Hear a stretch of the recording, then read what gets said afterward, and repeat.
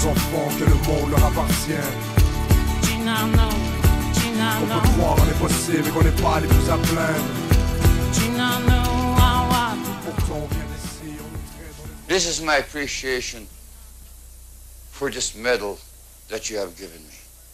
First you drive me down to the pits of the bottom of hell by your missionaries, and then later on you lift me up with medals.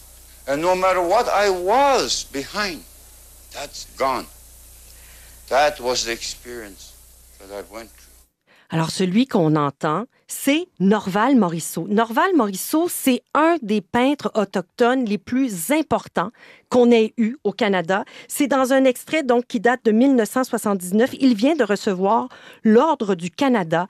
Il accroche une toile et il nous dit, d'abord, vous me conduisez au fond de l'enfer avec vos missionnaires et plus tard, vous m'élevez avec des médailles. Et peu importe, ça, c'est mon expérience. Je suis passée vraiment d'un extrême à l'autre. C'est un peu ce qu'il nous dit. Norval Morisseau, donc natif du nord de l'Ontario, de la nation Anishinaabe. Et pour parler de ce peintre si important, on accueille un collègue, Ismaël Oudassine. Bonjour Ismaël. Bonjour Isabelle. Qui est à Espace Autochtone, entre autres choses, collaborateur au Devoir critique littéraire et qui s'est lancé dans une quête, donc dans les pas de Norval Morisseau. Comment décrire l'importance de ce peintre-là? Est-ce qu'on va jusqu'à dire que c'est le Picasso du Nord, Norval Morisseau? Il est surnommé ainsi, Isabelle, le Picasso du Nord, parce que Norval Morisseau, c'est le premier autochtone qui est arrivé dans l'art contemporain. C'est le premier autochtone qui a été reconnu dans l'art contemporain. Et effectivement, son importance est multiple parce que, d'abord, Norval Morisseau, c'est un autochtone, comme tu le disais, oui, qui vient de Thunder Bay, dans le nord de l'Ontario, mais il a été élevé par ses grands-parents maternels dans la tradition et le savoir ancestral Anishinaabe. Et donc, ses peintures ressortent. Cette tradition, ce savoir ancestral sont dans ses peintures. Et ce que j'ai oublié de dire, Ismaël, c'est que j'aimerais que les gens fassent une recherche au moment où on parle pour pouvoir voir les toiles. On connaît tous les œuvres de Norval Morisseau parce qu'on, même si on ne connaît pas le nom, visuellement, c'est tellement distinctif. Alors, c'est coloré. Ce sont souvent des symboles, des représentations de la spiritualité autochtone, mais c'est comme si ça avait créé finalement l'image de référence. Quand on pense à art autochtone canadien, c'est les toiles de Morisseau qui nous viennent en tête sans même le savoir. Exactement. On regarde ses œuvres et on se dit, on connaît Norval Morisseau, ouais, son bestiaire. Sans le connaître. Exactement, et ses animaux colorés, ses humains. C'est comme si, il y en a qui le disent, c'est comme si on regardait les êtres humains et les animaux qu'il peint à travers un rayon X, ouais, coloré. C'est assez particulier et là-dedans, tout est symbolique.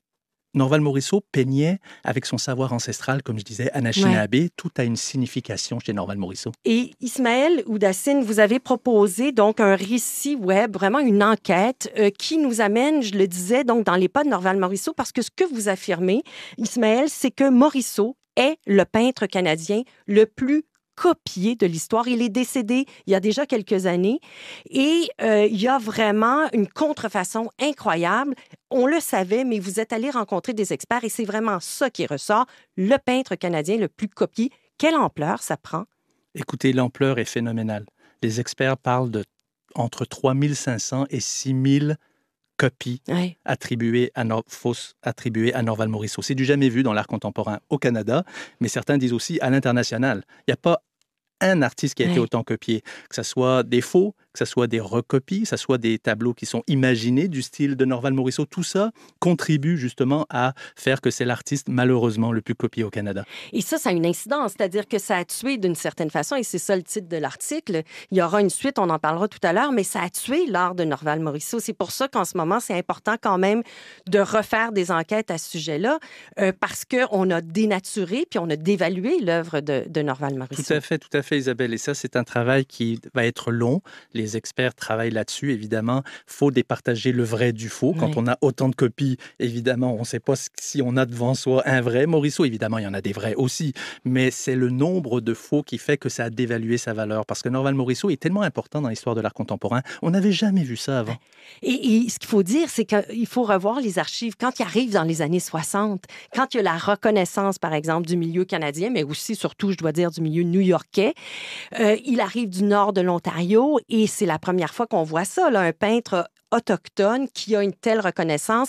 Et vraiment, il y a comme une flambée autour de ses œuvres. Il y a même de la jalousie, beaucoup dans le milieu des arts dans les années 60 quand il arrive, Morisseau. Il faut s'imaginer, on est en 1960, on n'a jamais vu un autochtone dans l'art contemporain qui arrive. Il faut savoir aussi que l'art autochtone, Isabelle, avant l'arrivée de Norval Morisseau, c'était considéré comme de l'art du sous-art. Mineur. On mettait ça dans les musées, c'était folklorique, c'était un masque par-ci, des plumes par-là. Norval Morisseau, il a complètement changé la donne en arrivant. Il s'est dit, les gens ont vu de l'art contemporain, ont vu une signature autochtone, les gens ont adoré ce qu'il faisait, on n'avait jamais vu ça avant.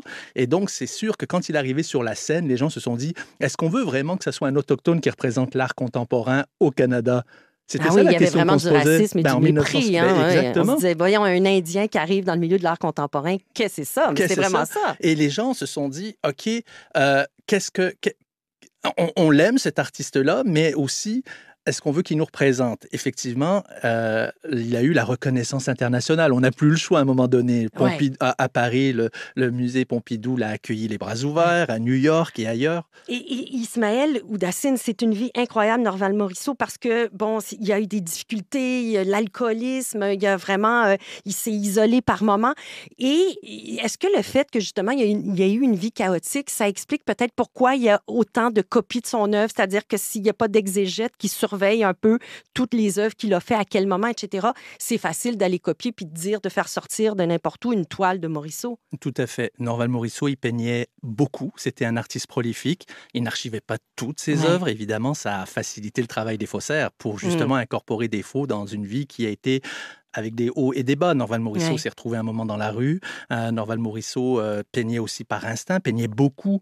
Donc, effectivement, les faussaires se sont demandé, là, on a une proie idéale pour pouvoir incorporer des peintures qui n'existent pas à n'importe quelle étape de sa vie et dire que c'est un vrai Morisseau. Et finalement, ça a été catastrophique, parce que maintenant, si on parle de 6000 copies en circulation dans l'art, ça veut dire que peut-être des musées ont des faux Morisseau, peut-être que des universités ont, ou même le Parlement canadien. On se pose des questions, on a toujours un doute quand on voit maintenant une toile de Norval Morisseau.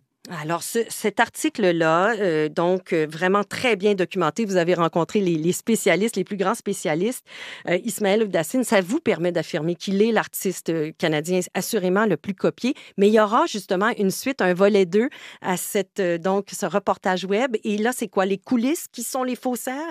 Qui sont les copieurs? Exactement. C'est de savoir qui est-ce qui se cache derrière ces faux. À qui ça arrange. L'argent va à qui ça profite? À qui ça profite, évidemment. Et c'est sûr que ça profite à plusieurs personnes. Ben On va creuser là-dedans et de savoir un peu qui se cache derrière les faux Morisseau. Oh là là, c'est tout un monde vraiment, parce que c'est un gros fléau dans le domaine de l'art et de l'art contemporain.